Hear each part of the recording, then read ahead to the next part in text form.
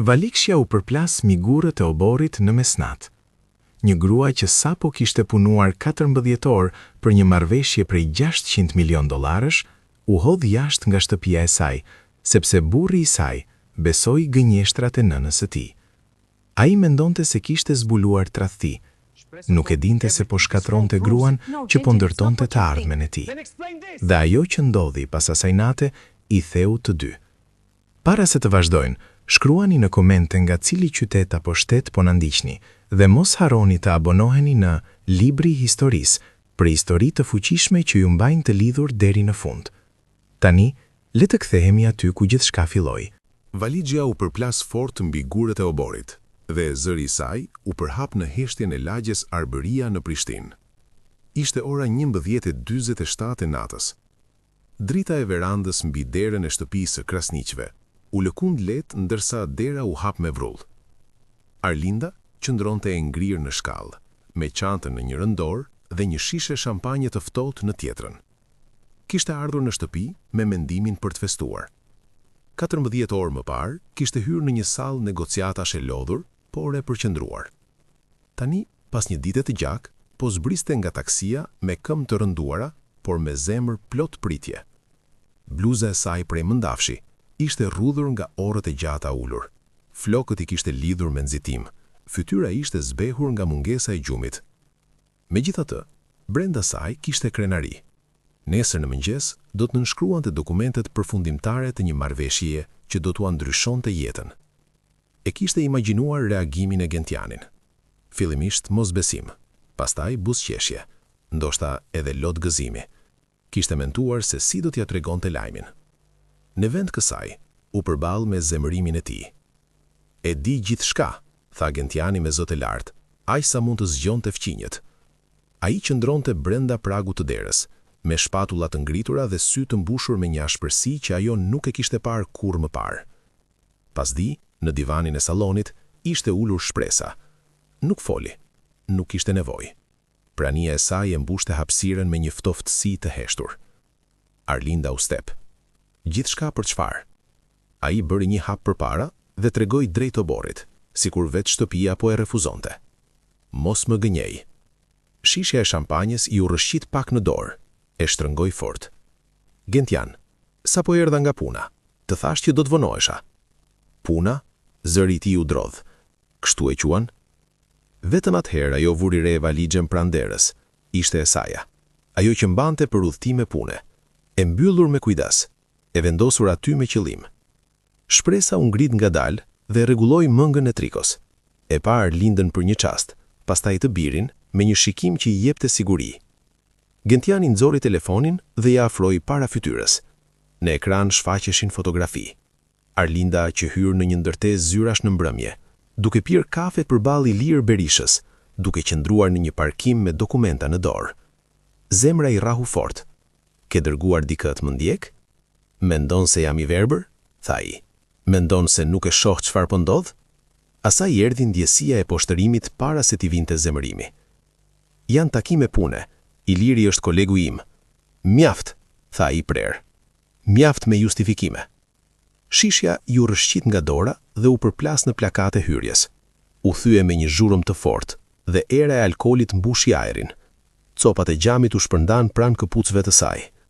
Zhurma dukej sikur shënoi momentin kur diçka mes tyre u thye përfundimisht. Do ta tregoja nesër, tha Arlinda me zë që i dredhej. Nuk mund të flisja më herët, ka marrëveshje konfidencialiteti. Pret të më besonsh, duart e tij i dridheshin. Ke muaj që fsheh gjëra. Kam punuar, u përgjigja i me përpjekje të qetësi. Për ne. Zëri i Shpresës hyri but në hapësirë. Gruaja nuk i fsheh jetën burrit. Arlinda e pa drejt në sy. Në fytyrën e saj nuk kishte as zemërim as keqardhje, vetëm bindje. Nuk të kam tradhtuar kurrë, Gentian. Ai bëri një hap përpara dhe e kapi nga krahu dhe e nxorri jashtë pragut të derës me një vendosmëri që ajo nuk e njihte. Nuk ishte e dhunshme, por ishte përfundimtare. Valigjja u shty pas saj dhe ra rënd në obor. Mos u kthe më, tha ai. Dera u mbyll. Rruga ishte e qetë, përveç se një zhurme të largët makinash. Perdet e një shtëpie përballë lëvizën lehtë. Në një balkon, Një fqinje mbante telefonin ngritur. Drita e kuqe e regjistrimit vëzullonte. Arlinda qëndroi disa sekonda në ajrin e ftoftë, duke parë derën e mbyllur të shtëpisë që Hamilogoi kishte mobiluar me kujdes. Rozmarina pranë portës e preku kyçin e këmbës ndërsa u përlut për të ngritur valixhen. Duart i dridheshin, jo nga frika, por nga mosbesimi. Eci ngadalë drejt makinës, vendosi valixhen në bagazh dhe ul në sedilen e shoferit pa e ndezur motorin. Pasqyrimi i saj në xham duke i huaj, sy të fryer, buzë të zbehura, shpatulла të ngrira. Brenda shtëpisë, dritat mbetën ndezur. Pas më pak se 9 orësh, ajo do të ulej në krye të një tavoline bordi dhe do të nënshkruante një marrëdhënie prej $600 milion. Gentiani nuk e dinte. Dhe në atë moment, vetëm në makinën e saj, as bota nuk e dinte. 3 vite përpara asaj nate në Arbëri, Arlinda Hoxha qëndronte në podiumin e një salle konferencash me pamje nga porti i Durrësit. Përmes dritareve të mëdha dukeshin vinçat e portit, anijet e mallrave dhe shtrirja gri-blu e Adriatikut. Forumi ekonomik kishte mbledhur investitor, përfaqësues bashkish dhe sipërmarrës nga Shqipëria dhe Kosova. Në ajër ndjehej aroma e kafesë së freskët dhe drurit të lëmuar, ndërsa zhurma e ulët e bisedave u shua sapo Arlinda nisi të fliste. Ajo nuk ngriti zërin, nuk përdori gjeste të tepruara. Paraqiti shifra, projeksione dhe analiza rreziku me qartësi dhe siguri. Prezantimi i saj ishte i rregullt, argumentet e strukturuara, toni i qëndrueshëm. Ku shpjegonte se si një kompani rajonale mund të ristrukturonte borxhin dhe të tërhiqte investime të huaja, audienca u përqendrua. Fliste si dikush që e kishte fituar vendin e saj me punë të vërtet. Gjentian Krasniqi ishte ulur në rreshtin e tretë. Kishte ardhur nga Gjakov për të përfaqësuar zinxhirin e marketeve të familjes së tij, edhe pse roli i tij në kompani ishte më shumë formal se sa vendimarrës. E dëgjonte me vëmendje, i impresionuar jo vetëm nga inteligjenca e saj, por nga disiplina që e shoqëronte. Ajo nuk dukej e mahnitur nga ambienti apo nga titujt e të pranishmëve. Dukej sikur i përkiste asaj salle. Pas prezantimit, ai ju afrua pranë tryezës së kafes, ku filxhanet e vegjël prej porcelani ishin vendosur për krah pjatave me biskota bajamesh. U prezantua me mirësjellje dhe bëri pyetje konkrete për analizën e saj. Ajo u përgjigj drejt për drejt, pa ndonjë përpjekje për të lënë përshtypje personale. Biseda kaloi nga ristrukturimi financiar tek zhvillimi rajonal, pastaj tek realiteti i përditshëm i një biznesi familjar në qytete më të vogla. Arlinda ishte rritur në një apartament të thjeshtë në Elbasan. Nëna e saj punonte me turne të gjata në fabrik tekstili dhe kthehej në shtëpi me duar të lodhura. Bursat kishin qenë rruga e saj përpara. Studionte deri vonë, refuzonte shpërqendrimet dhe punonte me kohë të pjesme në kontabilitet, ndërsa mbaronte financën në Shkodër. Asgjë nuk i ishte dhënë falas. Çdo ngritje në karrierë ishte rezultati i përgatitjes së kujdesshme dhe këmbguljes në ambiente ku shpesh ishte më e reja. Gjentiani ishte rritur ndryshe. Emri Krasniqi kishte peshë në Gjakov. Marketet e familjes njiheshin në disa lagje. Ai kishte ndjekur shkollim privat dhe kishte hyrë në biznes pa rrezik financiar. Ishte i sjellshëm dhe i qetë. Nuk ishte luftuar për mbijetesë, por ishte mësuar me rehati dhe pritshmëri të larta. Tërheqja mes tyre erdhi natyrshëm. Ajo vlerësonte qetësinë dhe mungesën e arrogancës tek ai. Ai admironte qartësinë dhe pavarësinë e saj. U takuan sërish për kafe pranë shëtitores së Durrësit para se të ktheheshin në qytetet e tyre. Ajo që nisi si bisedë profesionale, mori ngadalë një dimension personal. U martuan pranverën pasuese, në një ceremoni të përmbajtur, me familjar dhe miq të afërt. Ushtruan gatime tradicionale, muzika ishte e butë dhe mbrëmja kaloi qetë. U vendosën në një shtëpi të rinovuar në Arbëri. Mbrëmjet ishin të thjeshta. Arlinda gatuante kur kishte kohë, tavë me perime, peshk të pjekur me limon, ndonjëherë supë shtëpie pas një dite të gjatë. Gjentiani merrej me punë të vogla në shtëpi dhe përgatiste kafene së dielës. Fundjavat i kalonin në treg, në ndonjë kafene të qetë ose në Gjakov tek ëma. Në fillim, shpresa ishte e sjellshme me Arlindën. E komplimentonte dhe e pyeste për punën. Por gjatë drekave familjare nisën vërejtje të vogla. Punon shumë vonë, thoshte ndërsa shtronte byrekun. Shtëpia ka nevojë për praninë e gruas. Ose biznesi është i rëndësishëm, por gruaja duhet të ruajë ekuilibrin. Arlinda përgjigjej me respekt, pa debat. Besonte se koha do të zbute çdo tension. Gjentiani rrallë ndërhynte. Ndronte temë, buzëqeshte lehtë, shmangte për plasjen. E kishte kaluar jetën duke u orientuar nga mendimi i sëmës, për shkollën, për biznesin, për zgjedhjet personale. Miratimi i saj kishte qenë gjithmonë pikë referencë. Arlinda e vuri re këtë varësi, por zgjodhi të mos e sfidonte. Respektonte lidhjet familjare dhe nuk donte ndarje. Besonte se dashuria do të krijonte kufit e nevojshëm. Një mbrëmje në Gjakov, pasi të ftuarit ishin larguar dhe enët po hiqeshin nga tryeza e gjatë, shpresa qëndroi pranë të birit dhe foli me zë të ulët. Gra shumë ambicioze nuk rinë. Gjentiani nuk u përgjigj, vetëm dëgjoi. Fjalët nuk krijuan konflikte menjëhershëm, por mbeten aty, të qeta, të padukshme, si një fare mbjellën sipërfaqe, në një fillim që dukej i ngrohtë dhe i sigurt. Oferta erdhi një pasdite të qetë të së martës në zyrën e Arlindës, me pamje nga bulevardi kryesor i Prishtinës. Trafiku lëviste ngadalë poshtë, ndërsa drita e verës përplasej mbi xhamat e ndërtesave përballë. Ajo sapo kishte përfunduar shqyrtimin e raporteve tremujore, kur telefoni i ra. Ishte një telefonat nga bordi drejtues i një kompanie teknologjie me bazë në Korçë, e cila prej muajsh kërkonte blerje nga investitor të huaj. Ata donin që Arlinda të drejtonte negociatat. Vlera e marrëveshjes parashikohej të arrinte $600 milion. Për disa sekonda, ajo nuk foli. Dëgjoi me kujdes shpjegimin mbi strukturën e marrëveshjes, investitorin ndërkombëtar dhe ndërlikimet ligjore. Pastaj erdhi kushti. Konfidencialitet absolut. Asnjë informacion jashtë rrethit të negociatave. As me kolegë që nuk ishin pjesë e projektit. As me miq. As me familje. As me burrin e saj. Të nesërme në mëngjes, ajo nënshkroi marrëveshjen e mosbulimit në një sallë të vogël takimesh përballë 2 juristëve. Dokumenti ishte i qartë dhe i rrept. Parashikonte pasoja të menjëhershme në rast shkeljeje. Ajo lexoi çdo rresht para se të firmoste. Gjatë kthimit në shtëpi atë mbrëmje, ndjeu një përzierje krenarie dhe peshe. Mundësia mund ta përcaktonte karrierën e saj. Mund të stabilizonte edhe biznesin familjar të Gentianit nëse gjithçka realizohej siç duhet. Imagjinoi reagimin e tij kur ta merrte vesh, por nuk mund t'ia tregonte. Në darkë, ndërsa përziente supën, Gentiani fliste për problemet me furnitorët në Gjakov. Ajo donte t'i thoshte se diçka e madhe kishte nisur. Në vend të kësaj, e dëgjoi dhe bëri pyetje të zakonshme. Sekreti e rëndonte në gjoks. Javët që pasuan u mbushën me ditë të gjata dhe udhëtime të qeta.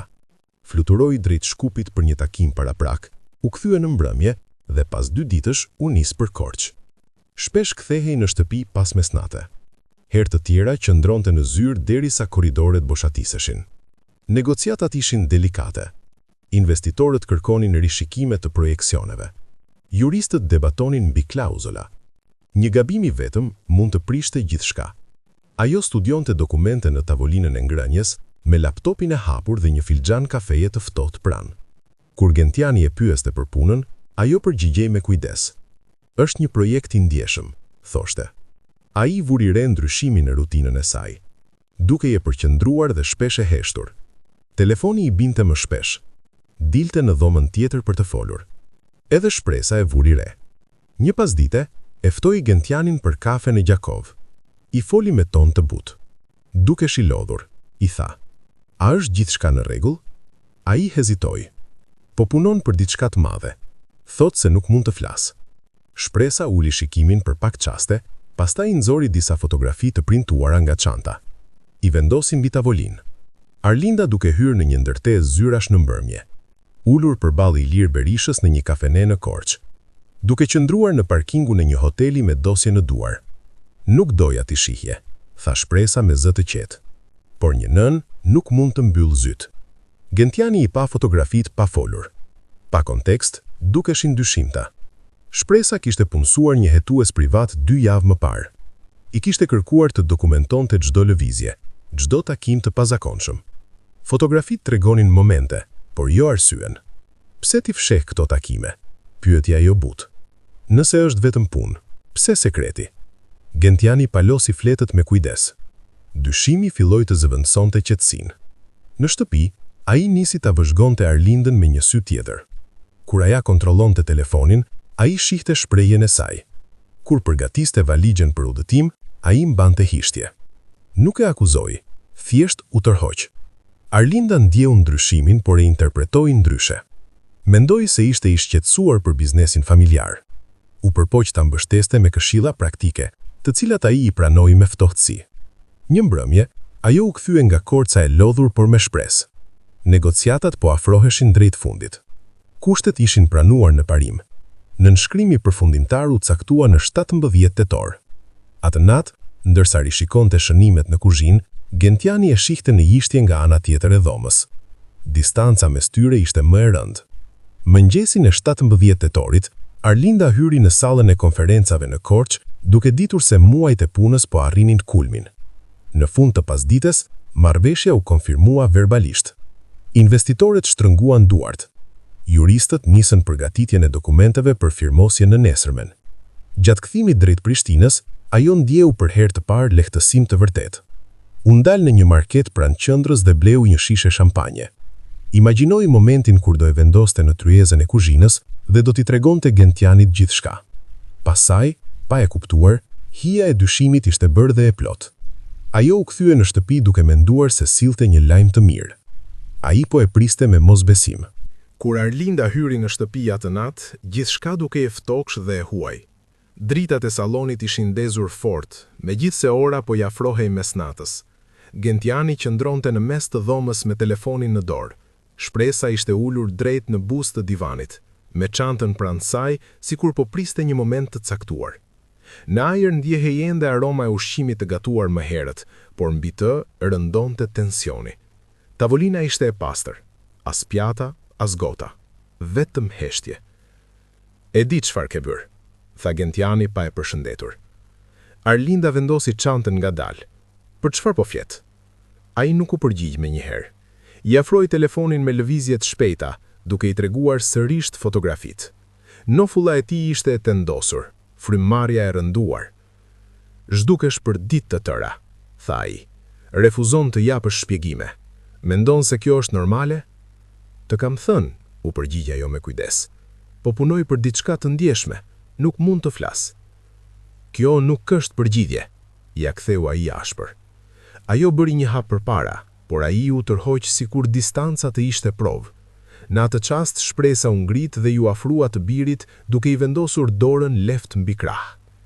Qetësohu, tha ajo me zë të ulët, ndërsa syt i mbetën tek Arlinda. Le të flas. Arlinda u kthye nga ajo. Ke punësuar dikë të më ndjek. Shpresa nuk e mohoi. Kur familja ndjen në rrezik, mbrohet. Nuk ka rrezik, tha Arlinda. Keni keq kuptuar gjithçka. Atëherë shpjego, kërkoi Gentiani. Nuk mund të shpjegoj sonde, tha ajo, me zërin që po i forcohej. Ka marrëveshje ligjore. Marrëveshje me të huaj, por jo me burrin. Fjalët të rënduan mbi dhomë. Shprehja e Gentianit u ashpërsua. Nuk do të jetoj në një shtëpi ku trajtohem si budalla, tha ai. Pa i dhënë kohë për reagim, ai shkoi drejt korridorit dhe u kthye me valixhen e saj. Ishte gati, rrobat e palosura me kujdes, këpucët vendosur brenda. Arlinda e kuptoi se vendimi ishte marrë para se ajo të hynte. As nuk do të më dëgjosh, tha ajo, tashmo më shumë e tronditur se sa e zemëruar. Kam dëgjuar mjaftueshëm, u përgjigj ai. Zërat u ngritën. Përtej rrugës një perde lëvizi lehtë. Dikush po shikonte. Kur Gentiani hapi derën dhe nxori valixhen jashtë, Arlinda e ndoqi. Ajri e natës ishte i ftohtë. Ajo u përpoq edhe një herë. Nesër do të kuptosh gjithçka, tha ajo. Jam lodhur së prituri. Dera u mbyll para saj. Përballë një fqinje kishte regjistruar gjithçka. Zërat, valixhen e obor, Arlindën të vetme. Në mëngjes videoja u përhap në rrjetet sociale. Komentet u shtuan me shpejtësi. Njerëz të panjohur gjykonin sjelljen e Gentianit dhe aludonin për tradhti. Gentiani u zgjua me telefonin që nuk pushonte së dridhuri. Kolegët e kishin parë videon. Klientët po bënin pyetje. Në zyrë u thirr për sqarime. Kur e pa veten në ekran, ndjeu një shqetësim të thellë. Nga jashtë duke i ashpër, i pakontrolluar. Ndërkohë Arlinda nuk kishte fjetur. Ajo mbërriti në selinë e kompanisë pak pas orës 8 të mëngjesit, me të njëjtën bluzë të natës parake. Sy të skuqur, por të vendosur. Salla e bordit në katin e sipërm ishte gati. Dokumentet të rreshtuar me rrujmë, stilolapsat vendosur, shishet e ujit mbi tavolinë.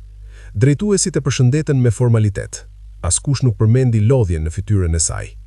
Para shpërndarjes së dokumenteve fundimtare, ajo u afrua juristit kryesor. Ka një ndryshim, tha qetë. Struktura e përfitimit financiare përfshinti si përfituese të përbashkët sipas statusit martesor. Ajo kërkoi korrigjimin e menjëhershëm.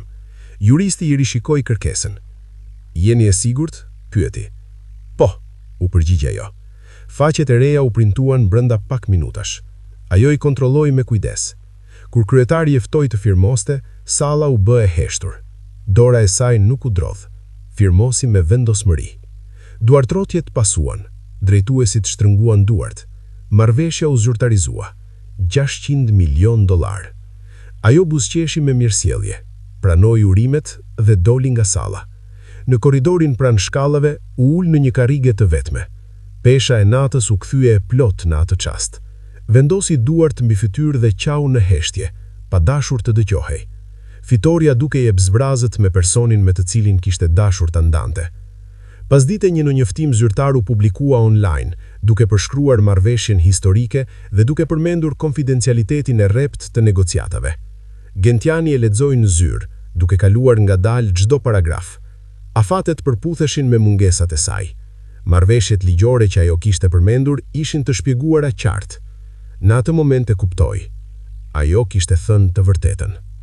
Gentiani e gjeti shpresën në kuzhinën e shtëpisë së saj në Gjakov pasditen kur lexoi njoftimin zyrtar për marrëveshjen. Aroma e fasuleve që zienin dhe e bukës së sapo pjekur mbushte ajrin.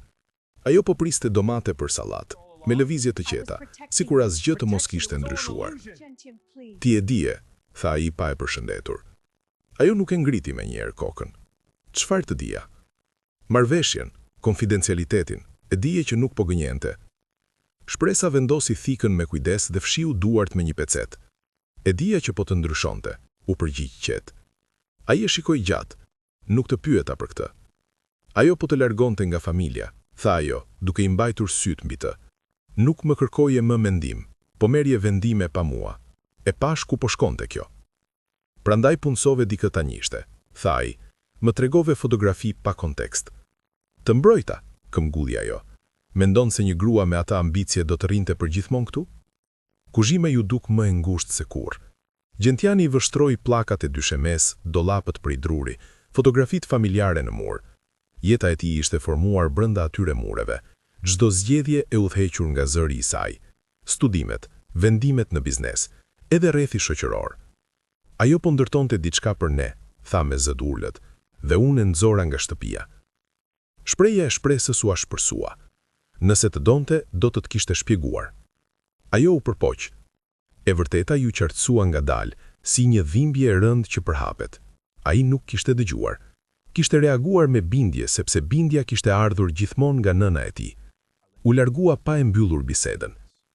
Për javë të tëra u përpoq të lidhej me Arlindën. Telefonatat mbetën pa përgjigje. E-mailet nuk u kthyen. Siguria në zyrën e saj nuk e lejonte të hynte. Kur më në fund e pa sërisht, ishte në një mbrëmje bamirësie në Prishtinë, organizuar për projekte arsimore rajonale. Salla ishte e rregulluar me elegancë të thjeshtë, mbulesa të bardha mbi tavolina, lule të vogla në qendër, pjata të vogla me kanape që qarkullonin mes të ftuarve. Arlinda qëndronte pranë një grupi drejtuesish, të përmbajtur dhe e sigurt, me një fustan të errët mbrëmjeje, duke e qetë, profesionale, e largët. Ai ju afrua me hapa të vadalt. Arlinda, tha. Ajo u kthye, shpreja e saj mbeti e qetë. Tani e di gjithçka, vazhdoi ai. Për marrëveshjen, për kontratën. Gabova. Ajo e dëgjoi pa e ndërprer. Besova atë që më treguan, tha ai. Nuk bëra pyetje të mjaftueshme. Nuk të besova. E di, u përgjigj qetë. Dua ta rregulloj, tha ai. Mund të fillojmë nga e para. Ai e shikoi për disa sekonda. Të fal, tha. Lehtësimi ju duk në fytyrë. Por nuk kthehem, shtoi ajo. Falja nuk është e njëjtë me besimin. Ti zgjodhe dyshimin kur unë kisha nevojë për mbështetje. Ai tentoi të fliste, por ajo u tërhoq me qetësi. Nuk mund të ndërtoj një të ardhme me dikë që më nxori nga shtëpia pa më dëgjuar. Ajo u largua drejt të ftuarve të tjerë, duke lënë pranë një tavoline me gota të paprekura. Disa javë të tjera duke rishikuar dokumenta në biznesin familjar, vreti diçka që ja felloi pendimin. Mes korrespondencave të arkivuara ishte një propozim I lidhur me marrëveshjen e Arlindës. Parashikonte investimin e një pjese të kompensimit saj në biznese lokale në vështirësi. Në krye të listës ishte zinxhiri I dyqaneve të familjes Krasnici. Plani përfshinte ristrukturim kapitali, modernizim furnitorësh dhe digitalizim. Ishte hartuar muaj përpara përballjes. Ajo kishte planifikuar ta shpëtonte biznesin. Ajo ul në zyrë I rrethuar nga raporte inventarit të vjetëvuar dhe fatura të papaguara, duke kuptuar plotësisht çfarë kishte humbur. Mbrëmjen tjetër u kthye në Gjakov dhe qëndroi në pragun e shtëpisë së nënës. Nuk mund të vazhdoj kështu, tha. Si? Të lë ti të vendosësh ç'është e vërtet. Ajo përpoqte argumentonte, t'i kujtonte besnikrin dhe familjen, por ai nuk u përfshi. I tha se i duhej distancë. U largua para se ajo ta kthente bisedën në drejtimin e saj. Një muaj më vonë filloi terapi në Prishtinë. Seancat ishte të vështira. Folën për varësinë emocionale, për lehtësinë me të cilën kishte pranuar një narrativ të vetme, për frikën e fshehur pas mbrojtjes. Karriera vazhdoi të dëmtohej. Videoa virale i kishte dëmtuar reputacionin profesional. U transferua në një pozicion më të ulët, u përjashtua nga vendimarrjat strategjike. Klientët hezitonin. Në mbrëmje kthehej në një apartament që dukej më i heshtur se ç'duhej. Shtëpia në arbëri ishte shitur. Një natë, i ulur i vetëm në tavolinën e kuzhinës, hapi sërish propozimin e investimit. Vështroi planin e strukturuar që ajo kishte përgatitur për të stabilizuar të ardhmen e familjes së tij. Ajo kishte ndërtuar diçka më të madhe se sa ai kishte kuptuar, dhe ai e shembur me një vendim të vetëm. Ai qëndroi ulur gjatë ndërsa dritat e qytetit shuheshin jashtë dritares, i vetëdijshëm se e ardhmja që ajo kishte parashikuar do të vazhdonte pa të. Një vit më vonë, emri i Arlindës kishte peshë në qarqet më të rëndësishme financiare në Kosovë dhe në rajon. Zyra e saj shihte nga qendra e Prishtinës, me dritare të mëdha që pasqyronin një qytet që lëvizte qetësisht poshtë. Ajo kishte pranuar pozicion partneri në firmë dhe drejtonte blerje e bashkime kompanish në nivel rajonal. Kalendari i saj ishte i mbushur me takime strategjike, panele ekonomike dhe negociata që kërkonin qartësi dhe vetkontroll. Mëngjeset i niste herët, ndalej në një kafene pranë zyrës për një macchiato, përshëndeste shkurt baristin që tashmë e dinte porosinë e saj, pastaj hynte në ndërtesë para shumicës së stafit. Disiplina e saj nuk ishte zbutur pas marrëveshjes së madhe. Tani nuk po provonte veten, po vendoste standarde. Revistat e biznesit e përmendnin si një nga negociatorët më të respektuara në fushën e saj. Intervistat e përshkruanin si të përqendruar, analitike, të përmbajtur emocionalisht. Jeta personale përmendej vetëm shkurt, pa detaje. Ajo nuk shtonte asgjë më shumë. Në mbrëmje kthehej në një apartament të rregulluar me kujdes. Mobilimi ishte i thjeshtë dhe funksional. Librat ishin të sistemuar në rafte, dokumentet në dosje të etiketuara qartë. Fundjavat i kalonte her pas here në Elbasan, duke vizituar të afërm, duke sjell ëmbëlsira nga Prishtina dhe duke ulur në tavolinë për biseda të zakonshme familjare. Jeta e saj ishte e qetë, e organizuar, e vetë mbështetur. Jeta e Gentianit ishte më e kufizuar. Pasi u distancua nga ndikimi i nënës, gjeti punë në një kompani logjistike në Pej. Nuk ishte pozicion i lartë, por ishte i qëndrueshëm. Jetonte në një apartament të vogël me mobilim të thjesht dhe balkon që shikonte nga një rrugë e qetë. Vazhdoi terapinë. Fillimisht ishte e vështirë të pranonte sa lehtë kishte lejuar që dyshimi të zëvendësonte besimin. Me kohë, mësoi të dallonte frikën nga faktet. Filloi të merrte vendime pa kërkuar miratim. Mësoi të përballonte pasigurinë pa reaguar menjëherë. Emri i Arlindës shfaqej her pas here në lajme. Një projekt energjie, një konferencë rajonale, një intervistë ekonomike. Çdo herë ndjente një ndjesi të përzier respekti dhe pendese. Jo sepse ajo kishte arritur sukses, por sepse ai kishte qenë dikur pjesë e fillimeve të atij rrugtimi. 5 vite kaluan. Në një konferencë ekonomike rajonale në Prishtinë, rrugët e tyre u kryqëzuan sërish. Salla ishte e mbushur me përfaqësues biznesi, investitor dhe ekspert. Zërat ishin të matur, filxhanët e kafes përplaseshin lehtë mbi tjata. Arlinda qëndronte pranë një stende prezantimi, duke diskutuar me 2 përfaqësues ndërkombëtar për një projekt infrastrukture. Qëndrimi i saj ishte i sigurt, i qetë. Koha i kishte shtuar qartësi, jo ashpërsi. Gentiani hyri si pjesë e një delegacioni të kompanisë së tij. E pa menjëherë. Mendoi për një çast të largohej, por qëndroi. Sytë e tyre u takuan nga larg. Në fytyrën e saj nuk kishte as zemrim, as ftesë, vetëm njohi, një apranim i heshtur i së shkuarës pa përpjekje për ta ringjallur. Ai bëri një përshëndetje të lehtë me kokë. Ajo ju përgjigj po ashtu dhe u kthye në bisedën e saj. Ai nuk ju afrua. Në atë moment, ai e kuptoi qartë. Dashuria nuk mjafton pa gjykim të drejtë. Kur dyshimi kërkon vend, duhet zgjedhur besimi. Në natën kur ajo kishte nevojë për mbështetje, ai kishte zgjedhur frikën. Ajo kishte zgjedhur të vazhdonte. Më vonë, duke ecur drejt makinës, ai nuk ndjeti as zemrim, as keqardhim për veten, vetëm një kuptim të qetë të pasojave. Disa humbje nuk janë dëshkime, janë rezultate. Arlinda u kthye në shtëpia të mbrëmje dhe vendosi dosjen mbi tavolinë. Dritat e qytetit reflektonin lehtë mbi xham. Takimi rastësish nuk e trazoi. Ai kapitull ishte mbyllur prej kohësh. Jeta e saj nuk ishte ndërtuar mbi tradhtin, por mbi vendimin për të ecur përpara pa mlef. Besimi është i qetë, nuk kërkon kontroll, as prova të vazhdueshme. Rritet aty ku mund të lindë dyshimi, por nuk lejohet të mbizotrojë. Xhelozia flet me zë të lartë, maskon kontrollin si kujdes dhe pasigurinë si mbrojtje, ushqehet me frikë dhe kërkon bindje pa ofruar mirëkuptim. E ardhmja që ajo ndërtoi kërkonte përqendrim dhe qartësi, jo dram. Kërkonte besim në integritetin e saj kur të tjerët e vinin në dyshim.